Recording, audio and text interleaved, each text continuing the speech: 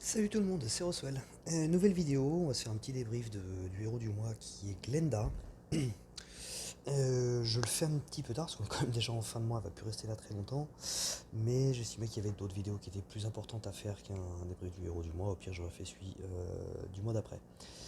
Mais voilà, j'ai mis un petit peu les plus importantes que je voulais faire. Donc on va pouvoir passer à ce débrief de notre chère petite Glenda, alias Maminova.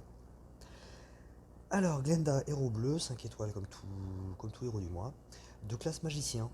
La classe magicien, donc c'est des chances supplémentaires d'appliquer des dégâts supplémentaires pour chaque héros sous l'effet d'un bonus. Chaque héros adverse, bien entendu, hein, sous l'effet d'un bonus. C'est sympa, ça casse pas des briques, mais bon, voilà, ça fait un petit peu de dégâts en plus, on n'est jamais contre. C'est clairement pas la meilleure classe du jeu, mais voilà, au moins c'est là, c'est déjà ça. Par contre, ça peut être un problème. Ça peut être un problème parce qu'il y a beaucoup de très bons héros qui sont magiciens. Je pense rien que dans mon deck, j'ai Jean-François, j'ai Alfric, j'ai Sartana, j'ai Elle. Tout ça, c'est des magiciens. Et ça fait une sacrée concurrence pour la classe. Donc on va voir si elle mérite plus que ses comparses de recevoir les emblèmes de magicien. Mais d'entrée de jeu, c'est pas facile parce que c'est vraiment que des héros qui sont très pratiques et qui ont clairement leur place dans une équipe ou voilà, dans un deck. C'est des héros qui sont quand même assez prioritaires de base. Donc il faudrait vraiment déjà qu'elle soit très forte pour pouvoir bénéficier de cette classe-là enfin de ces emblèmes-là devant les autres. Donc 5 étoiles bleues de classe magicien, sa résistance passive. Ce héros a la résistance innée contre les effets négatifs qui bloquent les nouveaux bonus. Alors c'est sympa, ça pourrait devenir très pratique s'il faut un peu plus de héros qui ont cette capacité-là de bloquer les nouveaux bonus, parce qu'à l'heure actuelle, j'en connais pas beaucoup. Là, comme ça, je vois Brume qui fait ça, mais j'en vois pas d'autres là comme ça tout de suite. Il y en a peut-être quand même déjà un ou deux autres, mais là tout de suite ils ne me reviennent pas. Donc pour l'instant, c'est pas une résistance qui est franchement super utile, dans le sens où il n'y a donc pas beaucoup besoin de cette résistance, mais ça pourrait venir dans le futur, quoi. Ça pourrait vraiment faire partie du genre de mécanique que SG chercherait à mettre en place. Donc à voir, sur la suite, ça pourrait devenir quelque chose de vraiment sympa. Je crois qu'à l'époque où Telluria est sorti, c'était pareil, sa compétence n'était pas non plus ouf en soi, enfin sa compétence, sa résistance n'était pas non plus ouf parce que bah il n'y avait pas beaucoup de choses. Elle résiste aux héros qui suppriment les sbires. Bah, il n'y en avait pas beaucoup. Bon, on remarque qu'elle n'a toujours pas beaucoup non plus quand même, pas si loin que ça d'un an après. Bref, au niveau des stats, on a 749 d'attaque, 723 de défense, 1361 de PV. C'est plutôt pas mal. C'est assez équilibré. Il n'y a pas de vraie faiblesse. Peut-être éventuellement en défense, ça pourrait être un poil mieux. Mais c'est pas mauvais en attaque, c'est pas non plus mauvais en défense, et c'est dans la moyenne en PV. Ce qui fait on peut en faire un petit peu ce qu'on veut. De base, des statistiques comme ça, moi dans une défense, je le verrais plus en flank, par exemple. Euh, mais avec des emblèmes, c'est facilement, je pense, transformable en tank. À voir. Compétence moyenne. C'est pour ça que j'ai pas parlé de l'aile. Personnellement, un héros autre que rapide ou très rapide sur l'aile, je suis pas pour. Sauf quelques très rares exceptions comme Albéric, comme la mère Noël, qui ont des CS font vraiment des, des héros à mettre sur l'aile, mais, mais qui sont lents. Ça fait vraiment partie des rares héros qui, d'après moi, sont meilleurs sur l'aile que en tant qu'en flanc, alors qu'ils n'ont pas une CS rapide. Au niveau de sa CS, justement, inflige 270% de dégâts à la cible et aux ennemis proches. C'est sympa. Les compétences spéciales du lanceur et des alliés à proximité infligent plus 40% de dégâts supplémentaires pendant 4 tours. Ça peut être très sympa. Ça peut être très sympa. Moi, d'entrée de jeu comme ça, sur une défense, ça me donne envie de la mettre sur le flank, à côté d'un sniper à mettre sur l'aile. Moi, dans ma défense, par exemple, on va aller faire un tour dessus en vitesse. histoire d'illustrer. Hop, modifier la défense, voilà. Je pourrais la mettre à côté de Mani, elle ferait briller Marjana. Elle ferait briller Marjana qui a quand même une CS à 458% de défense. C'est pas rien. C'est pas rien, et du coup, il faudra ajouter ces 40%. Alors, c'est pas tout à fait 40% en plus. Je m'explique. Hop. On va se baser sur Glenda par exemple. Les 40% de dégâts en plus ne lui donneraient pas 310% de dégâts si elle tape une deuxième fois. Ça lui donnerait une base de 270% de dégâts à laquelle il faudrait rajouter. Donc, en fait, en gros, faire un calcul entre sa stat par 270, en fait, ça donnerait un résultat, et là-dessus, il faudrait rajouter 40%. Ça donnerait pas exactement le même résultat que si on donnait directement 310%. Donc voilà, c'est un peu plus complexe que ce que ça peut laisser penser, mais bon voilà, pour simplifier on va dire 310. Ça lui donnerait pas 310 à la première frappe du coup, parce qu'elle frappe et ensuite ça va rajouter les 40% pour elle-même et les alliés à proximité, ce qui veut dire qu'il faudrait qu'elle tape une deuxième fois elle pour bénéficier de cet ajout de 40%. Or, elle est moyen. Elle est moyen, donc ça diminue quand même déjà les chances que ce soit faisable, quoi, et qu'elle-même profite de ça. Mais ça reste encore une fois très sympa si on a de cogneurs à côté d'elle. Ce qui peut, du coup, pour moi, en faire un tank au final. Ça va vraiment dans le sens du tank ou du flank. Au niveau des stats, au niveau des dégâts, c'est vrai que c'est ce qu'on retrouve souvent chez les flanks. 270% par exemple, c'est ce qu'il y a chez Drakefong. Sauf que Drakefong, il est rapide. Et elle est moyen. C'est quand même un handicap. Purifie les effets négatifs de tous les alliés, ça c'est cool. C'est cool, c'est aussi pareil quelque chose de pas mal, que ce soit pour un flanc ou un tank, quoi, quelque chose qu'on a envie d'avoir vraiment au centre, hein, pour que ça arrive quand même assez régulièrement.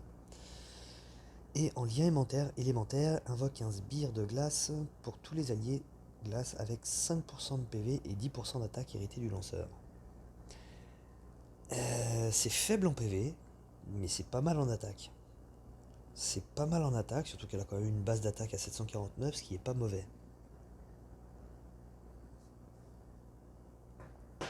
Du coup, ouais, c'est pas mal.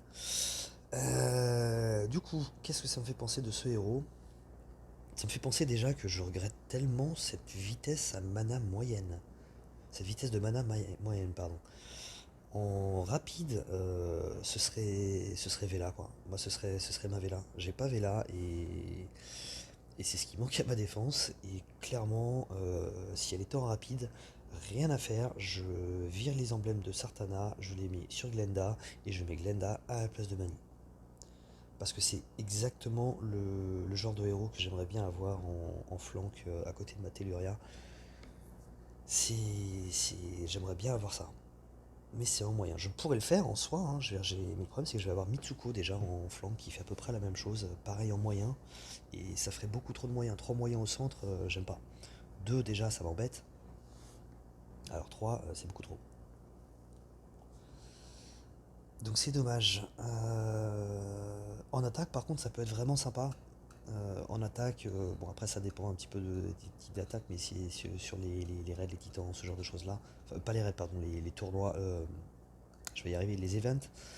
Les titans, ce genre de choses-là, partout où on peut emmener des objets de combat, bah, au final la vitesse de mana c'est plus très important. On peut corriger ça avec les fioles de mana. Donc voilà, ça devient vraiment plus un problème. Et là, d'un coup, elle devient vraiment très très bien en attaque, pardon. Ça peut vraiment être excellent.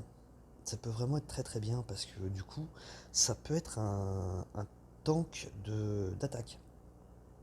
Ça peut être un tank d'attaque où elle tape 3 personnes, elle va. Et on lui met deux snipers par contre, par exemple, juste à côté d'elle. Euh, et ça peut faire très mal. Ça peut faire très très mal. Même pas obligatoirement des snipers, hein.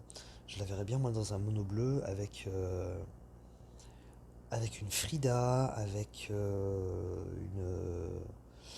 une Isarnia, un Mani, par exemple, ça pourrait être quand même assez sympa. Ça peut faire assez mal. Skadi déjà qui est devenu pas mal dès qu'elle est passée à 220% de dégâts. Si on lui rajoute en plus ces 40% là, elle devient vraiment forte. Elle devient vraiment très forte. Elle peut vraiment magnifier ses collègues en fait. Surtout en attaque. Et clairement, ouais, entre deux frappeurs ou mais voire même gros frappeurs, ça peut devenir assez redoutable. Donc, ouais, je trouve que au final, sa mana en fait un héros plus apte à l'attaque. Même si en défense, ça peut carrément faire le café, hein. Ça peut carrément être bon. Les stats sont pas mal si on n'a pas c'est pas un héros top tier. Soyons clairs, c'est pas un héros top tier, mais c'est un bon héros, voire un très bon héros. Et si vous n'avez pas un héros top tier magicien, donc si vous n'avez pas, je sais pas, alors il y en a qui vont hurler si je classe Jean-François dans les top tiers, mais ça reste quand même un très bon héros, Jean-François. Qui n'est pas top tier surtout parce qu'il est trop axé défense, il est beaucoup moins utilisable sur le reste du jeu. Voilà, si, il y a toujours une Sartana, quoi. Une Sartana, si vous n'avez pas une Séchade par exemple, bah, Sartana, elle fait du bien, quoi. C'est un sniper rapide, il n'y a pas non plus énormément de snipers chez les sombres. Donc si on a Sartana, on a quand même envie de la garder et de lui donner des emblèmes parce qu'elle manque un petit peu de stade d'attaque. Donc ouais, c'est un très bon héros qui a au final deux défauts qui sont sa classe. Non pas pour la classe en elle-même, mais surtout parce qu'il y a énormément de concurrence et des héros qui auraient besoin de, de, de ces emblèmes. Je pense encore une fois donc à Sartana en particulier, à elle aussi, parce que elle, ça peut être un très bon tank, flank aussi d'ailleurs, et qui pareil aurait plutôt besoin d'emblèmes, parce qu'elle a quand même de grosses lacunes au niveau de sa défense. Mais sinon c'est un petit peu le même genre au niveau de son attaque, elle fait à peu près pareil. Non ouais, un très bon héros, mais qui a donc quand même deux défauts, qui sont donc sa classe parce que beaucoup de concurrence et sa mana moyenne. Vraiment pour moi ce héros là avec une mana rapide c'était un top tier quoi. C'était vraiment un héros de fou quoi si elle était en rapide. Ça peut être compensé aussi par exemple si vous la mettez à côté d'une Sif en tank par exemple.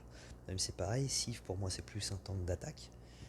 Si oh, dans un mono avec Ariel aussi, ça peut vraiment être très bien. Tous les héros que j'ai déjà cités plus Ariel, elle peut vraiment très bien s'insérer dans un mono et faire beaucoup de bien. Euh, J'aime bien, vraiment j'aime beaucoup ce héros, je trouve très sympa. C'est encore une fois pas un héros top tier, mais c'est un très bon héros qui peut largement trouver sa place dans un deck. Malheureusement, elle est magicien, avec, donc, comme je l'ai déjà dit maintes fois, beaucoup de concurrence. Et sa mana moyenne est aussi un petit handicap, quand même. Donc voilà, j'aime beaucoup ce héros, je suis assez content, je l'ai eu, hein. Je l'ai eu, c'est pas ma priorité d'amélioration, d'évolution pour l'instant, parce que j'ai d'autres héros qui passent avant. Elle est là. Mais je suis assez content de l'avoir et je pense qu'elle finira par monter.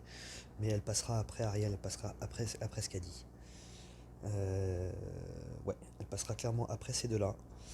Mais clairement, dès que je pourrai, dès que j'aurai fini ces deux-là, je monterai Glenda parce que elle peut vraiment faire beaucoup de bien. Elle peut vraiment faire beaucoup de bien et je pense même qu'à un moment donné, je l'essaierai sans doute dans ma défense. Parce que ça peut être sympa. Donc voilà, bah écoutez, j'espère que ça vous aura plu, que ça vous aura aidé à vous faire une idée de Glenda. Et puis je vous dis à la prochaine. Allez, ciao.